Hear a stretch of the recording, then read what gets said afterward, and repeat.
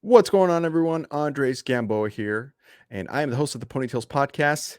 Thank you for being here. If this is your first episode, really quick, just so you know what we do, we interview people who sold books door to door with a company called Southwestern Advantage. We're not affiliated with the company by any means, but we do talk to the people who did their internship, which is selling books door to door for 80 hours a week during their college years. The company's been doing this since 170 some years now, I think. They're having their reunion this summer for 175 years or something. So forever. The point is, we get some really fun stories and some really insightful things about entrepreneurship, sales, business, life, parenting, religion, faith, you name it on here. Our guests are all people who did this program. My guest today, Rodrigo Povoa. What? I said that's my dad's name. I think it's the first Rodrigo we've had on here before. That's my middle name too. So I'm excited to talk today. He's originally from Miami, went to Georgia State University, part of the Dynasty organization. He sold for 2 summers, 2015 and 2016. And his favorite scroll for the Alguendino Best Greatest Salesman in the World is number 6. Today, I'll be the master of my emotions. I think he's the first person that's picked that one. So I'm glad we have some variety here. So here we go. When I come back, I'll be on with Rodrigo.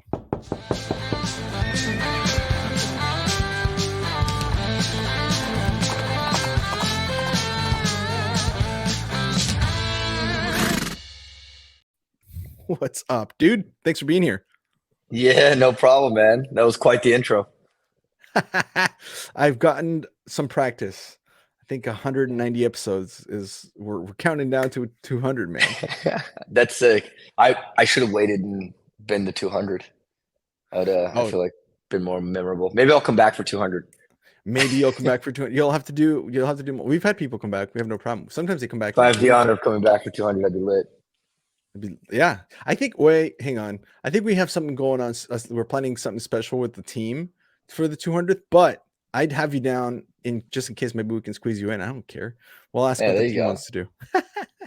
Oh man, bro, thanks for being here. I enjoy talking to people. We'll just dive right on. I enjoy talking to people who are working with Southwestern Real Estate. They seem to be book people are like a specific kind of person. When you meet enough book people, you're like, oh, this person's different. But then when you meet book people who work for Southwestern Real Estate, they're also a little like Nick and Meredith and Grant. There's something y'all are fun people. Pat even is just so I always look forward to these episodes. But okay, let's dive in. 2016, you leave Southwestern. How did you end up at real estate? And then we'll get into the weeds of that as we go along. Yeah, it's a good question. First of all, thanks for having me, of course. Especially with all of the people that have come before me, it's kind of cool. I love this, right? And also love talking. I talk for a living, and then I make even more money if I listen more than I talk. So this is fun when I don't have to worry about that, right? So after my last summer, I was on the cusp of graduating, and I had made up my mind to jump right into corporate America and start a structured path, right? Because prior I hadn't had that exposure, and I thought I was ready for it. I was also a little bit older as a second year booksman, right, if you will, because I was recruited a little bit later in college. I also started college a little bit later. So I was just ready for that. So I ended up actually staying in Atlanta and not selling a third summer, and dove into IT staffing and recruiting, which lasted all of 6 months. And then I went from there. I had a better job opportunity to go into software sales. So I did that for about a year, 10 months to be exact, with one of my best friends growing up, and he was crushing it. The team that they had put together was dope. I knew half of them, so it was, really easy to make that transition, and good exposure to software sales, especially in Atlanta, right? Because it's arguably the Hollywood and the Silicon Valley of the East Coast, right? Fair enough. So I did that, and then quickly realized that longevity wise, I would have one-on-ones with the global VP of sales, or a director. And even the second company I joined, I was fortunate enough that it was privately held, and it was still small enough that I think they did at the time about $80 million a year in annual revenue. So I had access to the CEO, who was young too. He was like in his mid 30s, Englishman. And so I would always pick their brain, right, and ask them, how they got there, the experience, pros and cons, etc. Man, it was always the same story. They sacrificed a lot, put in a lot of work to get to that, position or whatever. And the ones that I respected and admired typically were more entrepreneurial, right? And the ones that were just interested in climbing a ladder and having a paycheck in return for their time, like, I respect that. That's awesome. It requires a lot of work too, right? But I'm more of a pave it my own way, right? Which is why I'm not your typical college kid who just gets a regular job, right? Instead, we willingly signed up to go knock on doors and eat rejection for 80 hours a week, right? It was kind of like I asked for a different level of pain, if you will. So, and then I also come to find out after many one-on-ones, the type of lifestyle and work-life balance that they had at their age was also not privy to as well. I was like, I don't know if I want that, right? And then oftentimes also found too that the higher the levels that they got, the more investments that they had in passive income, or maybe some of them had generational wealth building. And real estate was always a commonality in a similar pillar. So I remember this. It was like July, I think. So it would have been towards the end of my fourth summer had I, gone down that path. I walk into the VP of sales, the global VP of sales, Paul Monahan, great guy, older, wiser, from Scotland. And he spent 3 of his 4 weeks every single month traveling between the 4 different offices globally: England, Atlanta, Scottsdale, and then he would spend 1 to 2 weeks at home with his family. And he had 3 kids. And so I asked him, I was like, look, man, I don't know how you do it. That's crazy. It takes a different level of discipline and, bandwidth and all these things. And, do you like it? I was like, yeah, I love it. I was like, okay, cool. For me, I did not want that. Right. So I put in my 2 weeks and I said, hey, I'm leaving. And it was like, I had just rolled off my best month ever. Right. And so it caught him off guard. He's like, you're leaving. What do you mean? This is a joke, right? Who put you up to this? And I was like, no, I'm putting in my 2 weeks. I just had a meeting with the other Paul, who was a CEO, and he shared to me a little bit about his real estate portfolio in England, and that resonated with me. So I'm putting in my 2 weeks, and he's like, well, what are you going to do? And I was like, well, I'm going to sign up for real estate class. I'm going to take the exam. I'm going to pass, and then I'm going to take the state exam. I'm going to pass, and I'm going to jump in full time. And he goes, like, right now? I was like, yeah, that's what I'm going to do. I was like, well, isn't that 100% commission based? I was like, yeah, but I've done something similar. That's 100% commission based before, so I think I'll be okay. And he respected the hell out of me for doing that and going through those proper channels. I learned very early on never to burn any bridges, right? So he's like, look, man, I wish you the best, and I haven't looked back since. That was almost 4 years ago. This is my 4th year now being a licensed agent. And that was, I guess, the camel that broke the camel that broke the straw's back, right? The straw that broke the camel's back. Bro, that's how I got into real estate. That was with Southwestern Real Estate right away, or did you hop around? No, yeah. So then it gets even more complex, right? So I was in Atlanta still, and I hung my license up with eventually my mentor, right? She was mother-in-law to one of my best friends who married another high school friend of mine who I had known of, right? So his girlfriend that he had dated for many years, I had known of her, was friends with her throughout the time that they dated. And her mother was selling real estate in the Atlanta market for like 25 years. I mean, she was a stud, an absolute killer, top 1% globally for Berkshire Hathaway. And so I reached out to. So she knows a couple of things. Yeah, it's just a couple, right? Not so big. Slightly experienced. She does okay. So I reached out to Victoria and I was like, "Yo, what do you think the odds are that your mom has bandwidth or even remote interest in taking on a mentee?" And she's like, "Oh, Rod, she would love you. Oh, this and that. You should totally do it." And she was in real estate at the time too, and she was crushing as well, right? So I was like, "Oh man, if I could learn and then maybe join them and grow with them, that'd be sick."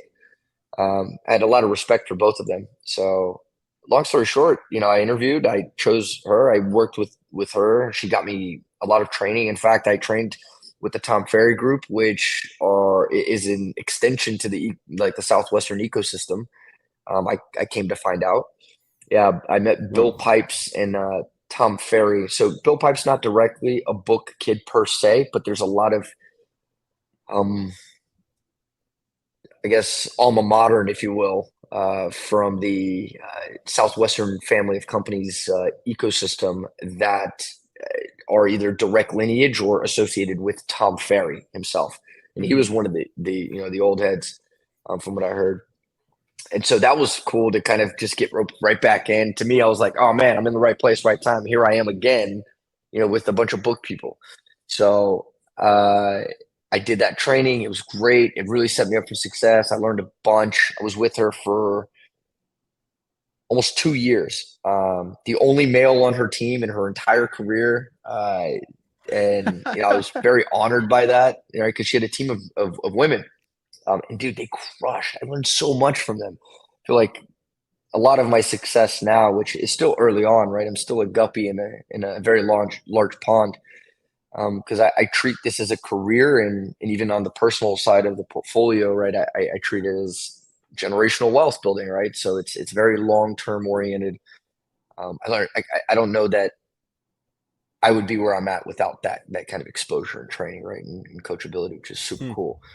Um, But then there was a pivotal moment where I felt a lot of complacency, right? I was still living at home. I owned an investment property with my father at the time. I was ready to legally purchase, right? When I say legally, I mean have the funds and also the tax returns, right? Because as a college student, if you're not reporting your taxes or if you want to keep your scholarships and stuff, you can't really work full time and stuff. So I didn't have any tax returns to present to a bank to then get funding and et cetera, right, to the natural process of real estate Right. um, purchase. So, I had to wait, and then I was finally ready, and I had to make a decision like, do I stay in Atlanta? Do I buy and do these things, or do I take a chance and go somewhere else, right? And Miami had always been in my radar, right? It was 3 years in the making, if you will. Like after I graduated, I could have moved down here. I had a job offer down here where I could have gone to work for Google. And I remember reaching out to I think Sean Brifo at the time. I think he was Hmm. working or knew somebody that was working there. And so he plugged me up. I got into the interviewing process, crushed. But I decided to end up staying in Atlanta financially. It just made the most sense. I would be able to save the most. Um, Pay off my car, and then stack up some money to again purchase real estate. Right? If I moved Hmm. to San Diego, I wouldn't have been able to buy. God no, Dude, I would be San Diego living is off of so expensive, bro. dude, mad expensive, man. And sorry, not San Diego, Sunnyvale, California, where Google's headquarters was, which is even more expensive than San Diego. Sure. It's on the outskirts of I think the Anywhere in Bay. California's coast is stupid It's nuts, right? So expensive. Yeah.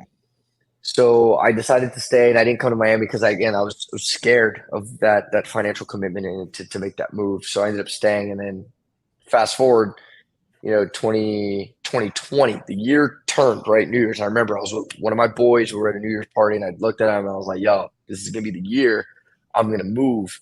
Um, so just look out for that opportunity, right? And he was a helicopter pilot, still is, but that allowed him to live. If he had lived 30 minutes from an airport, he could live anywhere in the country, right? Because his employer would fly him out to different cities in the country to do his work. At the time, he was doing power lines. Now he's a firefighter. So That's so wild. yeah, no, it's nuts. It's nuts. He's There's even people that crazier do that. story. There's people that do Yeah, that. he's an adrenaline junkie. I tell him, I'm like, bro, you better, pray to God every day for your safety, because that's, it's a crazy job what you have. But I talk to people for a living. This is what I do. He's out here flying helicopters, fighting yeah, he's over fires. here That's like hovering next to two he's hovering awesome next to a things. power line for like 2 hours, and if he just moves a different way, like he could kill the lineman and himself. Like it's nuts. The only two cooler jobs in that is like if he was an astronaut or a Formula One driver.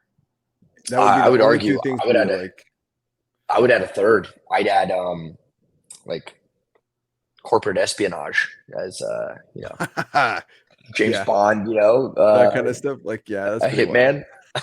Just some John Wick, Jason Bourne type of guy. Yeah, that's Boom. pretty Yeah, sweet. exactly. Yeah. Yeah. All right. Fair Um, enough. Fair enough. Hey guys, hope you're enjoying the episode so far. I know I am. I wanted to give a quick shout out to the people that make this show possible, the people that bring this show to you. These are people who all sold books, and we're here to give a quick shout out to them in a spotlight about their company and what they're up to. So if you're interested, or if after listening to this, you're kind of wanting to know a little bit more, feel free to click on the links below to connect with these people. These are from an excerpt I have with them from a podcast that I do on the side. It's called Executive Exercises, where we take all our sponsors and they come into a think tank and share some awesome ideas about how to grow their business specifically on different topics. Go check that out. But I pulled some of the comments that they had explaining what they do and who they're looking for on their companies. And so if that sounds like you, like I said, click below. Hope you enjoy. So yeah. And so money wise, and it just seemed like it was going to be the leads, which I wanted to go back to that because you mentioned this, and that's another thing that maybe Southwestern people don't understand is leads. That's kind of like you're saying, basically, imagine you show up to a town to sell books, you send a postcard out to every single family that has kids in school or young children, asking them if they struggle with any of the following subjects, yes or no. Would you be interested in hearing about a product that might help you with all those subjects, yes or no, name and address, and then you just waited at your HQ for like a couple of weeks, and then you got in the mail like 700 people returning that postcard saying, come to my house, here's where I live. Hi, are you the mom of the house? Yes, and we've heard of you. Great. Yeah. Is this your handwriting, let's Miss Betty? Yeah, that's my handwriting. yeah. You got a few minutes?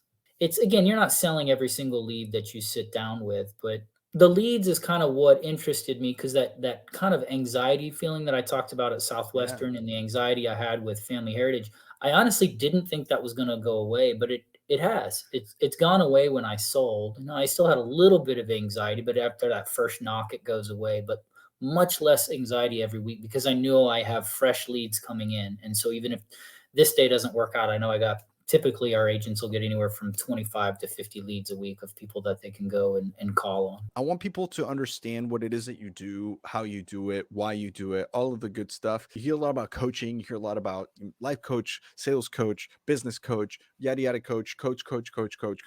Man, I think just to start off, like what it isn't, it's not training. It's not showing up and having somebody talk at you for 45 minutes to an hour. And like the way that I look at it is we're all human beings. We're all broken in some capacity. And we all know a lot of the people that I work with, they know what they're supposed to be doing. They're just not executing on it, or they're not doing it as intentionally as they should be. Or they're just not focused. They have like 15 different goals or 15 different things that they're trying to balance or do. And because of that, like they're not as intentional as they should be at home, or they're not as intentional as they should be at work, and they're not picking up the phone and calling people. And it's like having a personal trainer for your business. It's having intention on why we do what we do every day, and creating clarity and helping to build our lives and our calendars around what our future goals and intentions are. That'll do for now. Like I said, make sure you click below to get some more information. And now back to the show. Anyway, sorry. You told your boy, hey, this is my year. Yeah, so I told him, I was like, yo, this is the year I'm going to move. So I had strategically lined things up towards the end of the year for us to move. I also had a lot of, interest in my clients that I was helping in the Atlanta market that were looking for investment properties, because that's the wave that I was on. When they would ask me, I'm like, yeah, this is what I do. This is what I have in place, or, this is what my mentor does. And these are all the things. Because I very much believe in, what's the saying? Eating your own dog food, right? If you're in any sort of sales, right? If you don't have the conviction or believe in whatever you're, behind and spreading that kind of gospel, if you will, then, you may struggle a little bit, right? Yeah. And then there's ethics questions, etc. Anywho, so I saw an opportunity for me to expand into a different market as well. And yes, I would start from complete scratch and all over, but I was confident that I could do it, right? Given what I'd started in Atlanta and all the training that I had, and et cetera. So fast forward to October, my boy, who I had originally told him, became a business partner. I ended up selling his house in Atlanta. It sold faster than we had projected. We put it on the market. It sold in 19 days. And so he was homeless for about a month and a half. So he stayed at my parents' house because I sold his house. And so we flew down here to Miami Thursday to Sunday. Helicopter? Nah, I wish. No, we took a plane. Let's just say yes for the story. Let's just say yes for the story. Yeah, so he flew us down on his helicopter. It took sideways. Yeah, I know, right? Just blindfolded. Yeah, no. So we flew down here. 4 days, looked at 16 properties. We walked into this one, and we're like, "Yo, this is the one." So we went and we bought it, and that kind of the trajectory of my bandwidth, success, the discipline, savings. I mean, everything kind of 10x'd from that moment, right? Because we didn't know a single person down here. We bought a place, and we were forced to elevate, right? Like tap into that next level. Sink or swim. Great. Yeah, no, literally, it was just that. I came with the plan, right? It wasn't like blindly. I had Googled the fastest growing software company down here. I found this company that was hiring 20 to 50 people a month. And I was like, that's quite fast, right? And if I'm capturing 1% of that growth over the next 24 months, I have a sustainable business from that microsphere alone, right? In real estate, we have a KPI, a key performance indicator, that helps us forecast the longevity or the sustainability of a business if we're trying to build one, right? And that is what we call network additions. So if we can get to 150 as the magic number, right? And all that means is you're talking to people, you're meeting people, and you ask them a simple question of, hey, if it's today, tomorrow, next year, or 5 years from now, if you're looking to move, buy, sell, or invest in real estate, do you have a go-to person that you trust? And if they say no, then you ask them, hey, can I be that person? If they say yes, right, you get their name, their phone number, email address, and their physical address, right? Because you'll send them gifts and stuff like that just to stay top of mind. If you can get to 150 of those, you can build a sustainable business, because oftentimes the conversion there is about 10% of that network addition on the conservative side will convert into a transaction, whether it be rental or buying and selling that very first year. And that's enough to at least say, hey, I can pay the bills if you're leaving below your means, right? Yeah. And then from there, it's like, how do I get to 250, 300, 400, 500, 600, whatever? And those conversions, will slowly start to creep up. And then now you're looking at a sustainable career and income, right? Ultimately, which then will allow many other doors to open. So that's what I did. I actually joined the software company as soon as I got down here. And I've been working in tandem. So I still have. Oh, so you're doing both? Still doing both, man. Wow. Okay. So let me ask you about that, because I've heard a lot. I mean, and again, and I harp on this a lot because it seems to be you guys and then a few other companies that I've had people on here that they've come to talk about what they do that really have the flexibility to allow for that. So first of all, why didn't you stay and just help expand like a branch from your mentor over in Atlanta? Why did you switch over to like with Pat? Why did you switch to there? Was it just because you knew book guys, or what was the? Yeah. Yeah, no, it definitely played a role, right? Get on the phone with Pat, you're screwed. You're getting. He's just such a great person, man, and he's great so buying atmosphere. Cool. So chill, That's man. Like, whatever. Cool dude. Love him. And I was a complete stranger. And this man, he's so good at assuming relationships, and you can tell he's authentic. So it's very easy to like and trust him. But that's a phenomenal question. I didn't stay, and I was offered. I could have followed. My mentor, she ended up actually leaving Berkshire Hathaway. She went to another boutique firm because it evolved with her brand. Now she's huge on TikTok and social media. She's doing partnerships with big names in the industry like Ryan Serhant, Tyler Whitman, guys that are on $1 million listing New York and LA. So I could have had that opportunity, and I still have that access, right? She's still, we still talk and check in and stuff. I'm so grateful for that line of communication. But at the same time, I think she also recognized that it would be short-lived. She was like, Rod, you're somebody who's gonna, end up running and leading your own vision and dream. And it also came down to I needed to get outside of my comfort zone in terms of Atlanta. Like I lived there for so long. I was very comfortable. Also had a lot of distractions, right? Like my friends and family. Every day of the week, I could have had or made plans with someone or something. And I had at that time, and I still struggle a little bit. I'm trying to work on the boundaries and learning how to say no sometimes. But I had a really hard time at that point in saying no. So I would say yes to just about everything, and either stretch myself too thin or not be as productive as I could have been. So I needed to get out of that. And also, I mean, my whole story is like I moved from Brazil here with my parents. I immigrated when I was 5. And then after I finished high school, I moved back to Brazil. I lived there for 2 years playing soccer. And so like doing new things and taking risks is not new, right? The concept is not new. The experience may be new, but I needed to do something like that, right? I needed to go somewhere, get out of my backyard, if you will, where I grew up, and then really challenge myself. And so far, man, I wouldn't have changed it. It's worked out great. I'm super excited. I'm trying to plant roots here to be here for the next 5 to 8 years and build a $100 million real estate business with my team. Like that's the plan. Let's go. I gotta figure it out some way, somehow, so failing forward, failing quickly, you know how it goes. Yeah. But that's why I moved down here. Right. And then, getting on the phone and interviewing with Pat was also, it made the decision easier as well. Because I figured out the support.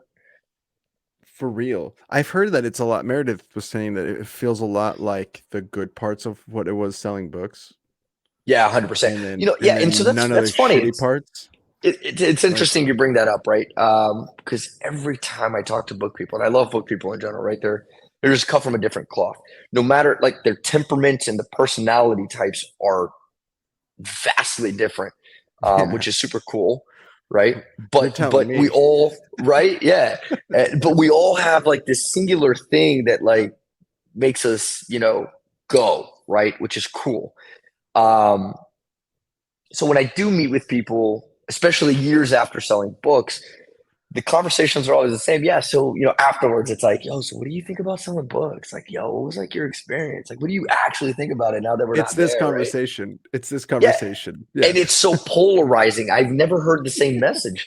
But like for me, I kind of think back of like in high school, right? Because like, when you go to your 10-year reunion, your 5-year, whatever, and you're meeting with people and it's like, you understand maybe because they'll communicate or how they talk about high school, you'll get a really good understanding of like what their experience was. Right. And for me, bro, like I had a great high school experience, everything from the athletic side, from the friends I was able to make, from the grades I made. I never suffered bullying. Like high school's great for me, man. Like, it was awesome. But then you hear like these crazy stories where it's like, oh, I hate it. Like I got bullied. I had, mental illness, that stems from like some experience, stuff like that on the extreme side of the house. And I feel like it was the same thing for the books. I had a great experience. I did the 2 years. I was actually a hybrid too. So like Amber Leatham recruited me out of Georgia. She went to a Georgia State career fair, which I had, unbeknownst to her at the time, soft committed. Right when I say soft committed, I was in the final stages of the interviewing process for Northwestern Mutual. With me being I was a finance marketing double major. I was a junior. Okay. So I only had 2 years left. So I go to this career fair to set up an internship for that summer. And I was pretty much a shoe-in. There's a couple dudes that I knew that were in a fraternity at Georgia State who had gone through the program already, put in a good word for me. And then I was crushing the interviewing process. So I would have thought, and later to come find out I did, because Shannon, the recruiter at the time, she followed up every August, January, and May with me, because that was their cycles. They had summer, fall, and winter programs. And she's like, "Are you doing that book thing again?" Right. Ultimately, I ended up shaking Amber's hand and saying, "Yeah, I'll do this." I go to my parents. I tell them about it. My mom freaks out, and she's like, "You're not selling books. This sounds like a scam. It's dangerous. There's no way you can do this." My dad's first question was, and then my dad, his first question was like, "Did you shake somebody's hand?" And I was like, "I did." And he's like, "So you gave him your word? You're going to do this?" And I was like, "Yeah, should I have not?" And he was like, "You have to now. Whether we agree or not, you shook somebody's hand." So then I was like, shit, what did I do? That's kind of why my dad, my Rodrigo. Yeah. Rodrigo, he was the same way. He's like, "Did you tell him already you were going to go?" I go, "Yeah." He goes, "Did you commit for the whole thing?" I go, "Yeah." He goes, "Well, don't come back in July. I didn't raise a quitter." I was like, yeah, exactly. So I ended up, that's how I got into the whole, Book Kids ecosystem. But because she recruited me out of Georgia geographically while she was under Virgie as Dynasty, that first summer in 2015, Amber ended up co-OLing with Amy Pagozzi. So they had like kind of a mega org. There was probably like 40 or 50 of us with like 6 managers probably. And we got shipped off to the Northeast. I was in Wisconsin. I was in north of Madison. Had a decent first summer. I made the top 10%. I think it was like number 42. Let's go. So yeah. So I got to go to Sizzler. That was fun. So this is Amber Leatham, not Amber Lee. Not Amber Lee. Amber Leatham. Because they get confused people confuse them all the time. All the time. And they look nothing alike. Yeah. They look nothing alike. And one of them is like shorter, the other one's taller. Yeah, the other one's tall. Yeah, one's half Asian, the other one's I think Caucasian. It's a mix. So different people. Amber is now, she's in Portugal or something now. And she was in Hawaii at the time, and then she's like all over the place. Always bouncing around. Yeah, I always have to, when I text and talk to her, I'm always like, "Oh, where are you at now? Where are you?" Yeah, where are you at now? But so, yeah, man, it was that hybrid kind of experience. And I came back. Oh, sorry. I was finish your thought. I had a question. No. Yeah. So I came back, and I guess to answer your question originally, what was your experience and was it good or bad or whatever? But I mean, it was great. And then my second summer, I did even better. I recruited a team. I went to Sizzler again. Let's go. It was great. So I think for the time that I was there, and also I was a little bit older. I've always also been more in tune with my emotional intelligence. So I was able to set, I think, proper expectations with Virgie and Mark Rao, because I kind of fed into both of them. I think if you ask them, like, had I sold more summers, they would probably say yes. Am I upset or are they upset to this day that I did it? I don't think so. I don't think it's that serious, because I think ultimately they just wanted the best for me. And they see so many people come through that program, right? And so they've seen the patterns, so they're only advising based off of their experience as well. So again, I took also that for a grain of salt, and understood their perspective, which helped me delineate the level of weight of their advice, right? So I never took it to heart. And outside of that, from the other experiences that I've heard and were shared, like I couldn't directly relate. So I don't really have anything negative per se. And that's just like it was in high school too. People were like, "Oh, like really? Not even this? You're not even that?" And I'm like, I mean, not really, bro. And maybe that's because I'm also optimistic, in the sense where I only cling on to the good things that propel you forward, because negative things, negative emotions, it's good to process them and feel them, and then that's it. That's all you need, and you continue moving forward and pressing forward. You know what I mean? Hey guys, hope you're enjoying the episode so far. I know I am. I wanted to give a quick shout out to the people that make this show possible, the people that bring this show to you. These are people who all sold books, and we're here to give a quick shout out to them in a spotlight about their company and what they're up to. So if you're interested, or if after listening to this, you're kind of wanting to know a little bit more, feel free to click on the links below to connect with these people. These are from an excerpt I have with them from a podcast that I do on the side. It's called Executive Exercises, where we take all our sponsors and they come into a think tank and share some awesome ideas about how to grow their business specifically on different topics. Go check that out.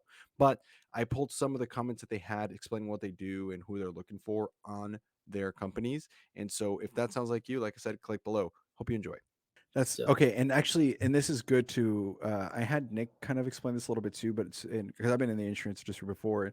For people who are listening, like, how do you make 115% commission? The way I explain it to people is the insurance companies we represent. So we're a broker. All these companies we work with, they know they're not really going to be making any money off the sales that I make for the first several years. But they don't care about that. They know these clients are going to be on the books for 10, 15, 20, 25 years. So they know they're going to make money over the long haul. And so part of the reason agents are able to make so much is there's all these companies out here, and they're all competing for the broker's business, because these companies don't actually have their own in-house sales force. They have independent contractors. And so if their compensation or their commission levels that they offer aren't competitive, I'm not going to place any business with them. Hello, off schedule moment. Wanted to tell you about Southwestern Real Estate. They're 99% drama free, only 99, not 99.9. So it's a bit spicy, kind of like this episode. Anyway, they will learn you to kick ass at real estate. So make sure you guys click the link below, get in touch with them. Okay, back to work. Bye. That'll do for now. Like I said, make sure you click below to get some more information. And now back to the show. No, I agree exactly. So, and we've had people on here who have had the opposite of your experience, which was all bad. And we've had people I know who have had better experiences than you, and they were like, "Oh my God!" They have a tattoo. They're gun ho. They're still selling, right? Yeah, they have like Dan Moore's face tattooed on them somewhere or something. It feels like, but for you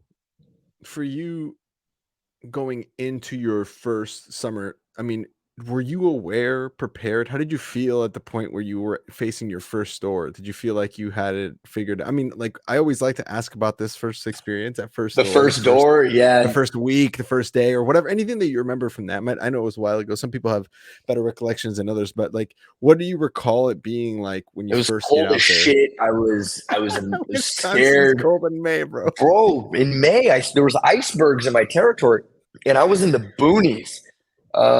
Ironically enough, too, excuse me, Marsha, my host mom, still keep up with her on Facebook. She was in real estate. That's what she did for a living. Yeah, let's go. It's like when I look back at things in my life, it's like, how did I not see this before? You know what I mean? There were signs everywhere. My parents immigrated here, and all of the money that they made and funneled back to Brazil, they invested in real estate. And these are people that have your blood. Yeah, I guess, right? And I would say to them that they had very limited, if any, financial literacy of a first world capitalistic structure. None whatsoever. And we came from a third world country. They knew no English, a 5-year-old and $2,000 in their pocket. So when I have that as a baseline and experience, right? It's like, dude, what am I scared of? I have 3 languages under my belt. I grew up here. Like, yeah, I'm good. I think I'm set up for success. Yeah, and then you throw in selling books, which just hyper accelerates a lot of your growth. And I think that's why I picked that scroll, right? I think EQ, man, it solves so many problems in the world that you interact with mentally, so you're in your own world, right? And what I mean by that is like, if you can tap into the awareness of your emotional quotient, figure out what makes you tick, makes you happy, how you deal with things and problems, and then practice that habitually when you're interacting with the world, it makes it that much easier when you have relationships, both intimate and family and friends, to deal with, right? Because once you figure out your EQ and what makes you operate and tick and all of these things, and you understand that, and you practice that habitually, and then you're aware, it opens up almost not a third eye, I would say, but it opens up now and then your keenness and your instincts to other people and how they behave and how they communicate. And then it naturally makes you curious, and you start opening up and asking questions, and then paying attention to those. And then where you really tap in, and this is kind of like, I guess, maybe the stage that I'm at, just learning more about other people, is like when you tap into other people's communication style, and you can understand the difference between how they speak and how they listen, and then you can mold how you speak so that they can listen. Oh man, then you're tapping into like the books that we read on the book of, like, you know, how to win friends and influence people. Oh yeah. Yeah. Right. Then you're dangerous, right? Then it's the level of discernment that you have to make, is like, do I use this power for good or evil? Because effectively that is the world's greatest communicators. If you look back, I think historically have all tapped into that ambivert type of spectrum, right? Because I mean, I think we're all naturally born as an extrovert or an introvert. And the goal, I think, the journey in life is how do you become a little bit of both and tap into those at appropriate times. So being an ambivert, I think, is super crucial with everything: conflict resolution, sales, leadership, mental health, marriage. Right? Bro, that's huge. It's key, huge. Right. That's it in marriage. Every time you met a couple selling books and they've been married for like 60 years or since like Christ, and you're like, hey, how did you do it? They'd always be like, communication. You're like, literally. Right. But how? They're like, just communication. You're like, okay. Dude, the best advice best advice that my mother gave me was, because I'd asked her, my parents they've known each other for almost 40 years. They've been married for 33. And they're still young. My dad hasn't even turned 60 yet. And I asked my mom, I was like, yo, how do y'all do it? Because, I'm looking at, the women out here, and it's slim pickings. And then like, I can't even contribute fully yet. Like, I'm still trying to figure out me, so that I can, be the best version of me going into that. Like, how do y'all do it? And, it's basically communication. But she was like, we wake up every day and we choose to compromise, and we never take anything to bed. Right. So knowingly waking up every day, and it's a clean slate because they've conflict resoluted the previous night, but also making the decision to choose to work and compromise that next day and doing it day by day. Like, before you realize it, you turn back and it's been 40 years. And I'm like, it's wild. It's powerful. Wow. I'm coming up on a year. Yeah. Here. My mom said that the first 6 months was the hardest ever, because that's when they moved in together. She said that's when shit got real. I would say they didn't live together. Well, and first, let me just honor my wife by saying she's by far the best thing that's happened for and to me. Yeah, I love that. That's how it should be. Yeah, behind every great man, I always feel like I'm reaching. I always feel like I'm reaching. Like, I'm like, God, I don't deserve this. Yeah. But I would say it feels the moving in together. I would say that was probably the toughest part so far. If I had to, like, reflecting back on this year, I mean, there's been so many great things, and we've each grown, and it's been beautiful. It's nice to have a spouse. If you haven't got one, you should get one. It's in the works. It's in the works. Get at least one, people. Yeah. I definitely want one. One is enough. Here in Portland, some people have multiple, which is really also wild. That's insane. But yeah, kudos to them, anyway, I guess. Yeah, the time management alone required for something like that, I can't. But anyway, the point is, but I think that's the same when you move in with anybody, right? Like, you ever get like roommates the first time, like random, maybe it was like a random college. So when I moved down, down to Miami, that was the first time I ever had to live with the roommate situation. With your homie, right? Dude, see, and I can't even complain there, man, because sure, there are certain nuances, but in terms of like roommate experiences, and I've heard a plethora of them, horror stories, lawsuits. I've had them all. I've been so fortunate, thank the Lord above, to so the first situation I was in, it was me and my homie. Before we That was moved in, it? there's two more after, but I had known him for, I think at the time, about 17 years. So we were boys. We move in. Then David Schwartzberg, actually, one of his fraternity brothers out of UCF, gets a job in Miami. Like, this is maybe 6 months after we moved down to Miami. He hits me up and he goes, bro, one of my boys got a job down on South Beach. And David's in Boca, right? So he's like, we've been looking. We can't find anything under his budget. Like, the market is crazy. This is at the height of the COVID market, right? So things were like banana. Crazy, yeah. Because you have people from New York, Chicago, Vancouver, like all over moving to Florida. So they were just, spiking up the prices because the salaries that they were making work remote way outweighed ours, right? So he hits me up and I'm like, well, me and my boy got a game room, a little guest room, right? That he had made to a studio because he was a screamer at the time when he wasn't flying helicopters. And yeah, exactly. He's an interesting person, I tell you. And I told him, I was like, he can come by, check out the crib. If he likes it, move in. So he did, right? Lived there for, I think, about 8 or 9 months, saved, focused on work. The guy was an animal. Like, he would wake up with me. I woke up at 5:59. He probably woke up at I still have that alarm, by the way, from the book field, 5:59. And it says, get up, kid. And he would wake up before me. He'd wake up anywhere between 5 or 5:30. He'd go to the gym, make a smoothie. So by the time he would come back from the gym, I'd be getting up to go to the gym. And then I wouldn't see him until maybe dinner time, right? Because he would get back from work and then he would cook dinner real quick, like hang out with us for maybe 30 minutes while eating, watching TV or whatever we were doing. And then go back into his room and then he was in sales. So he's working on his craft, product knowledge, just for 8 months, bro. So we never saw him. Best roommate ever. Paid on time, no complaints. Didn't really have people over because he was always working. He moves out. Now he has his own place. I introduced him to his now, technically introduced him because she ended up going from the software company I work for to his company, reporting directly to him. And when I told him, I was like, bro, just approach her, dog. She's super nice. Like, ask her out, whatever. He did. They're still dating. So that's kind of cool. So when he left, one of my other boys that I grew up with, who I've also known for about 20 years now, was trying to leave the logistics industry because he was plateaued. And I was like, dude, should consider software.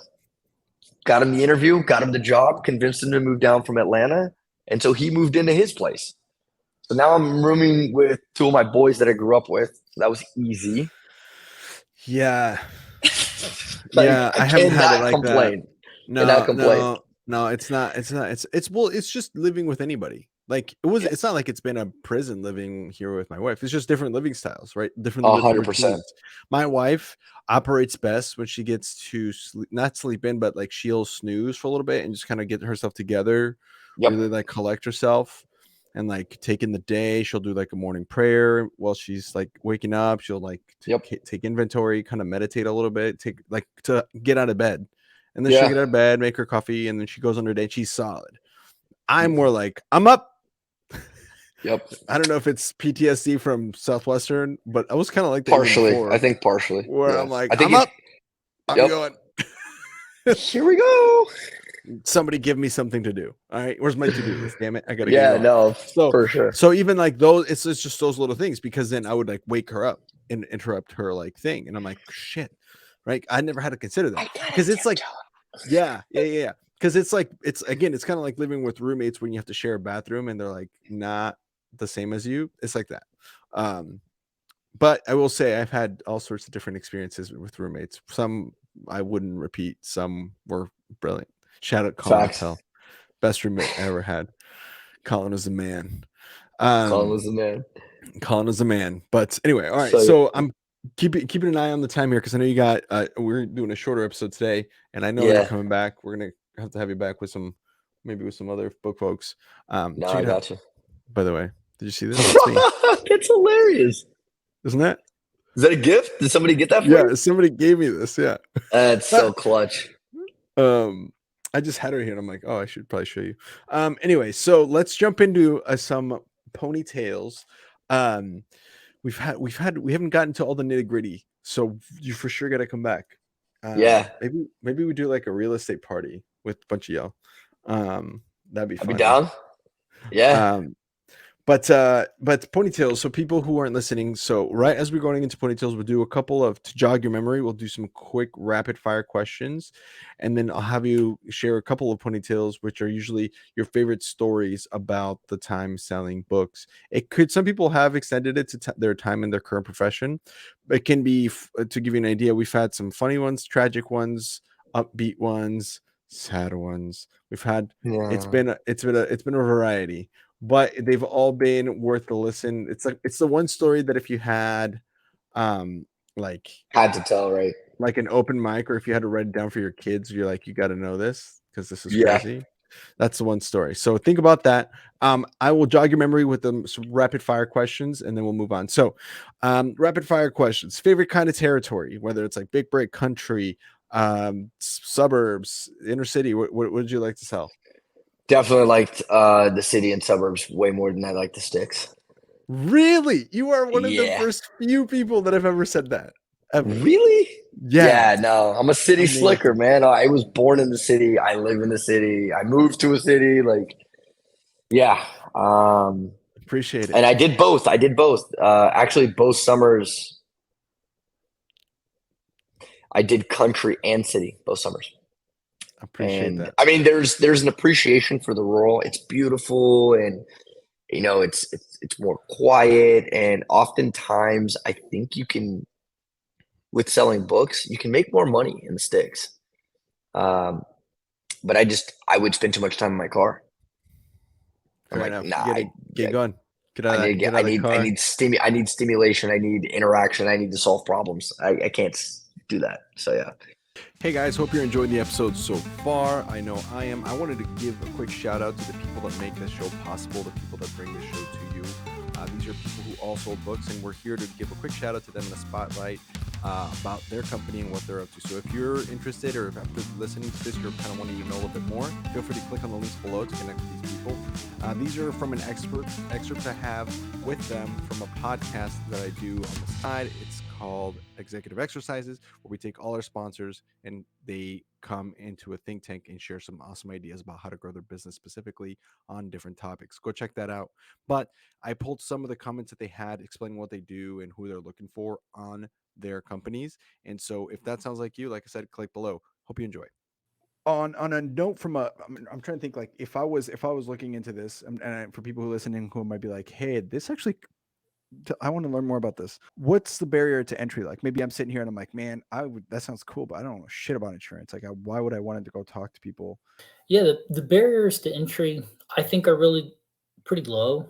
Everybody would probably have a different opinion, but in terms to just be able to get out the door and go sell, you've got to get a license. I have my life and health license because you needed the health license at Family Heritage, or if you want to sell Medicare products or certain types of health products, you have to have the health side. But what it takes to get either one or both of those licenses is roughly the same. You take a study course. You may need to study for 15 hours. You may need to study as many as 30 hours. But like with Cardinal, we've got a pretty cool course. From studying to getting your license can be as quick as like 7 to 10 days if you really 15 to 20 if you're moving at a medium pace. And beyond that, if it takes you longer than that, you're just not really all that motivated to start because it's not a difficult process. Yo, let's get off schedule one last time. Go watch a movie, or maybe you should figure out how to work at EnLight.Energy. Alex Black is crushing it down there, and a former DSM, Julio Hernandez, are both running this company, and man, they are cranking 10 people on their team and growing. It's enough that Alex only has to sell like one thing every other week and make over 6 figures. So if you want to learn more about that and maybe help change the planet, click on the link below. That'll do for now. Like I said, make sure you click below to get some more information. And now back to the show. Appreciate that. What was your favorite territory, whether it's a state you sold in or a town that you really enjoyed? Like you're like, wow. I enjoyed Fairfax, my second summer in the DMV area, Virginia. I liked it more. Virginia. More than Marquette County, Wisconsin. Although I ended up right outside of Madison my first summer, and I ended up living with Amy Pagosi for a little bit. in a mega HQ. There was like 10 of us there. It was sick. What? Yeah, it was nuts. It was nuts. Favorite HQ? That was the next question, actually. Favorite HQ? Yeah, no, I think it would have had to been her. Greg's house was sick. He built like an addition to the house. It was like there's a pool, there's basketball court, like he had everything. It was sick. That's That would have been I appreciate my that. favorite HQ. Favorite advanced sales? I don't know, man. I didn't listen to enough of them, to be honest, to be able to give an answer. I was very much either my radio was off, or I listened to music.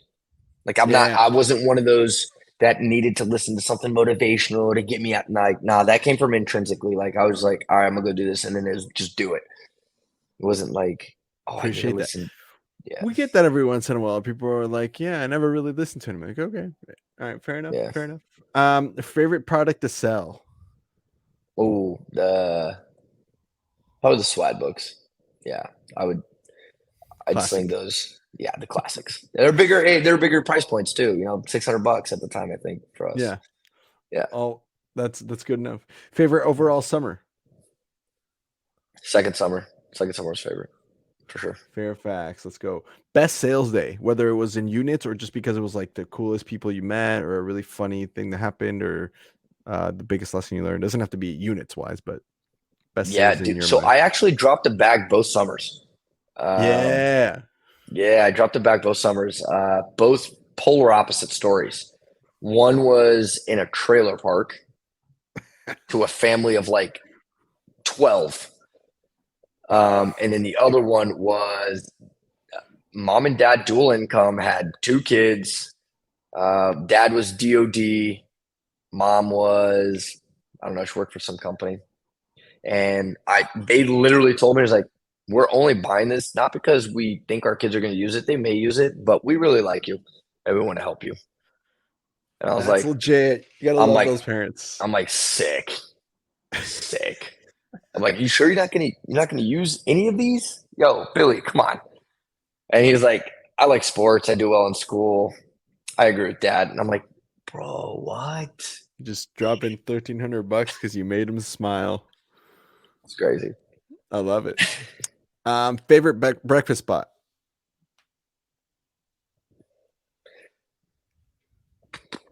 Well, in Fairfax, it was Chick-fil-A.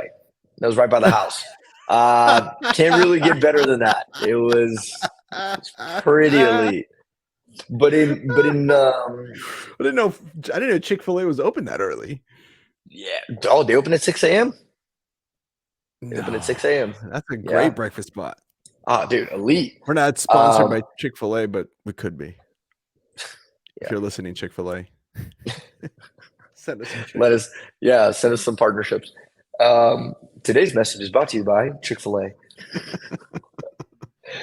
I'd probably have to say Chick-fil-A, honestly. The first year was cool because I got introduced to cheese curds. But yeah, Chick-fil-A, man.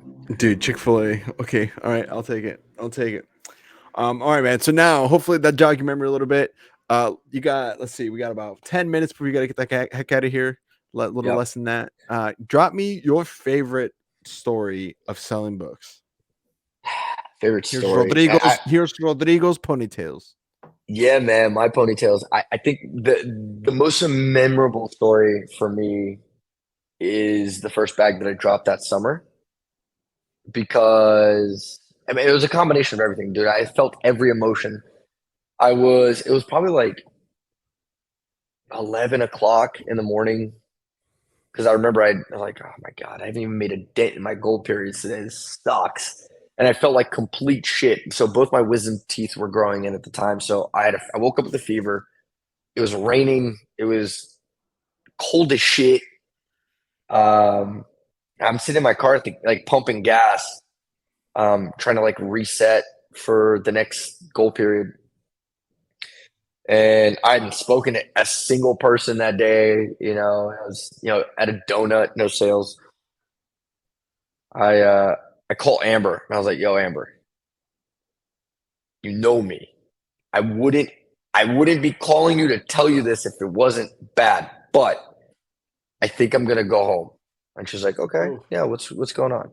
I was like, look, I'm at the gas station right now. I just popped 2 Advil. I got some Gatorade, and some sodium. Like I think I got some chips or something. I was like, I feel like absolute shit. It's cold. It's raining.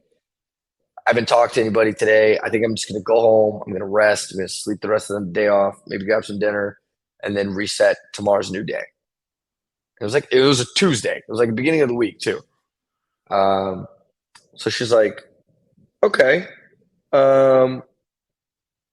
completely understand. And I'm not going to be mad if you decide to do that. But do you think you can go one more goal period? And I was like, yeah, I think the next goal period was like from 1 to 3. So I was like, okay, I think I can power through it. I'll do one more goal period and then I can go home. She goes, yeah. Then text me when you're on the way back. And then just so I know you got back safe. I was like, okay, cool.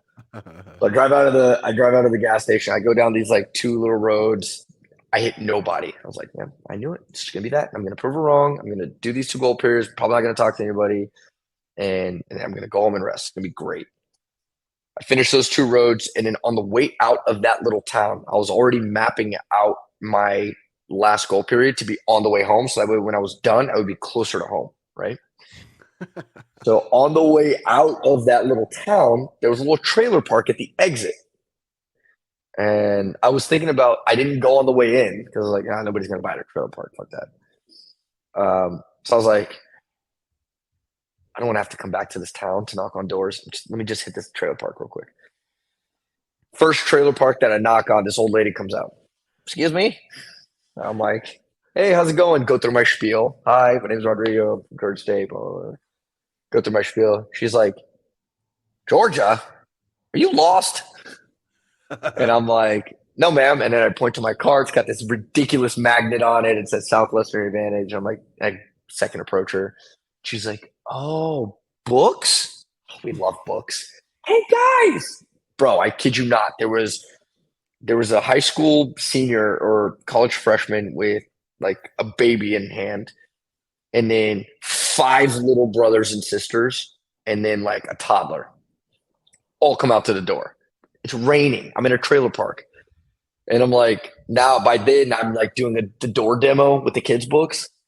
And she's like, oh, this looks so much fun. The kids are like, oh, I want it. Grabs the book, runs inside. And then I'm like, geez, here we go. And so she's like, come on in. And dude, I was expecting nothing again. And I was feeling like shit, whatever. And I was like, oh, what are these people? At least it's people, right, that I'm talking to. I'll demo the kids' books. I'll close them. I'll try to, and then I'll get the fuck out of here, right? Well, I sit down in the living room, and she's like, are you hungry? And then she tells one of the kids to go grab like some snacks or whatever. And I was like, no, I'm fine. I'd love some water or whatever. She goes, grabs water. So I start from the kids' books. So I start demoing. Boom, boom, boom, boom, boom. I go all the way up to the 5th grade books, which was like the project books, right? Explore and Learns or whatever. I forget the name of those. Yeah. And yeah, exactly. And then I'm like, yeah. And those are the kids' books. Takes you all the way up to 6th grade, 5th grade. And then the mom goes, well, I come actually to find out it was the grandmother of the 18-year-old whose baby in hand, that was her daughter. Okay. Right. So her granddaughter. And then everybody else was related to the older sister. Right. And mom was not in the picture. I think she was in prison. Dad was, who knows who he was. So they were being raised by grandma and grandpa. So grandma goes, well, what else you got in that book bag? I was like, well, I got the middle school stuff. And then some high school stuff, college prep stuff. I don't know if you guys would be interested in that. And they're like, oh, let me see them. So then I show, all the way up to, so I show her those. And she's like, well, what else you got? And I was like, well, I've got, the college prep stuff, which are the CEAs, and the swag books. Demo all the swag, demo the CEAs. And she was like, well, what else you got? And I was like, lady, that's everything. I'm, I don't have anything else. I have what the company was founded on. I've got, the Family Bible Library. And she's like, oh, let me see them. And so I showed her those. And bro, when I say show her those, I had a 1-pager. Yeah, it was like the flyer. Yeah, you didn't even have because the I wasn't sample. selling. Yeah, I wasn't selling that. And she goes, oh my God, these are really cool. And then she's like, Earl, can you come in here? And like grandpa comes in. He's like, this kid is here from Georgia and he's selling books. And he was like, his eyes lit up and he goes like, books? What kind of books? I said, oh my God, books for all the kids. And I dropped a couple of names. Some of the kids knew who they were. And, it was a decent school system, but it wasn't anything spectacular. And so I go into the close because it was like, they were like, just like, well, what does this all cost? And I was like, for what? And she was like, oh, for everything. And I was like, for everything? I'm like over here doing math and like pulling out the pricing sheet. Carry the 5. Fuck. Carry the, do you have a calculator? And I pull out, like, I didn't have my phone at the time. So I'm like playing with this little Ricky Dean calculator. And so then it was like $1,400, I think, after taxes and everything. And then I go into the close. Hey, how do you guys want to pay? Is it cash, check, card, cats, kids, babies? I mean, you name it. We could take it. Broke eye contact, looked down at my paper, let the silence sit. Longest 8 seconds of my life. And Earl stands up and he goes, I'll grab the checkbook. Do you take checks? Who do I write it out to? And so he goes in, writes the check for me. I take it. I process the order, put the check away in my little fanny. I go through, hey, I'll be back. I'm going to deliver the books. We're going to take pictures. And I get out of there. And all of a sudden I'm feeling better. I forgot that I was feeling sick. Imagine. And I ended up finishing the entire day. Imagine. Never texted Amber. I almost feel like she knew. She knew that I would work myself out. I don't think she knew I was going to drop a bag, but I think she knew that I would work it out as long as I interacted with somebody and I kept going, right? Just one more door. What a lesson learned. Great lesson, man. So I walk out of there and then like I sat in the car probably for like 10 minutes just to reflect. I was like, damn, if I had gone back home, would I have come back here? Would I have met them? Would have I dropped this bag? Right. And that's just from like the tangible side. Then the intangible is like, I thought about it. I was like, damn, I really was just so self-centered and concerned about, ooh, poor old me, even with a viable physical manifestation of, oh, I'm not feeling well. I was still just so much thinking about me. And the moment that I stopped thinking about me and was trying to, put the time and attention to somebody else, everything changed, right? The one controllable that they tell us that we're practicing is the attitude piece. Everything changed. I ended up finishing the day. That was actually the only thing that I sold that day. But it was however many units. And then they bought. But then they bought, man. And so after that, I told myself, I was like, I will never not finish a day unless I am physically incapacitated. Like no matter how I feel, I will always finish the day. And I mean, I feel that way even today, right? Like today I started what will be a 20-week program into fitness again. Because I'm finally free and clear to work out again from a couple of injuries that I recently suffered for not taking rest days. Ironically enough, my PT literally said, stop working out. You need a rest day. And so here I am. I'm finally cleared. Now I can start. And I start with the coach in 2 weeks for this program. But before the 18-week program, 2 weeks is like the prep. So I don't roll into it and just completely obliterating myself. So today was my first day. I woke up today at 6:59. Because I'm trying to condition myself back to the 5:59. And I was like, I don't want to do this. It was a long weekend. I was celebrating a birthday, and I did not want to do it. But it's ingrained now, right? Ever since that day, it's like finish the day. Finish the day. It's not how you start. Have how a you good finish. day. Takes all day to have a good day. Oh, that's good stuff. So that's my ponytail. That's I always love stuck it. with me. Yeah. That is your ponytail, sir. Hell yeah. And look at that, just in time. So we're gonna cut it here. But my man, you gotta come back and tell me some more stories from the book field and from Man, I your got you. I time love in this. This was sales. great, man. Thanks for the fireside chat. This was great. Yeah, it's a blast. I have a blast. I can't believe I get to do this. I'm lucky. Yeah, this is your job, you lucky bastard. Yeah. This is great, That's man. right. I love it. I love it That's for you. right. I appreciate you. Thank you so much for being here, guys. We're going to close it on this one. If you guys have any way or questions for Rodrigo, or if you're in Miami, or if you want to get into real estate, just make sure you guys reach out to us, or you can find him on Instagram as well. We'll probably put the link to his email or to his Instagram handle on the description below. Thank you guys for listening. We'll catch you on the next one. Peace out, everyone. Bye.